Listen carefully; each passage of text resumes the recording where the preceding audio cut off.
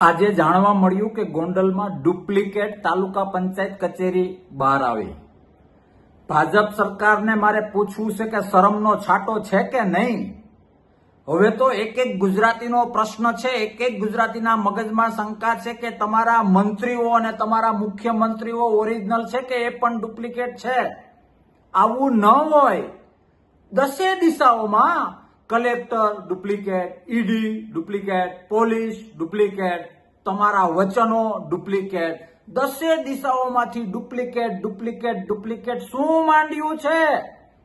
ગુજરાતીઓને એ તો ખબર છે જ કે 27માં તમે ઘર ભેગા થવાના છો, પણ ત્યાં સુધી એક એક ગુજરાતી પૂછે છે સાબિત કરો, પુરાવા આપો।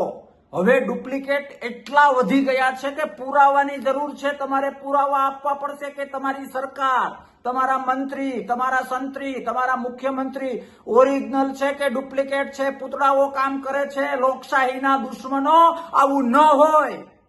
તાલુકા પંચાયતની કચેરીઓ ડુપ્લિકેટ મળે, સીધા સાદા માણસોની મિલકતોના ત્યાં ખોટે ખોટા દસ્તાવેજો થઈ જાય। આવું રાજાશાહીમાં ના હોય, ક્રૂરમાં ક્રૂર દેશ હોય ત્યાં પણ આવું ન હોય। થોડુંક સમજવાની જરૂર છે, લોકશાહી અને ગુજરાતીઓને પ્રેમ કરવાની જરૂર છે।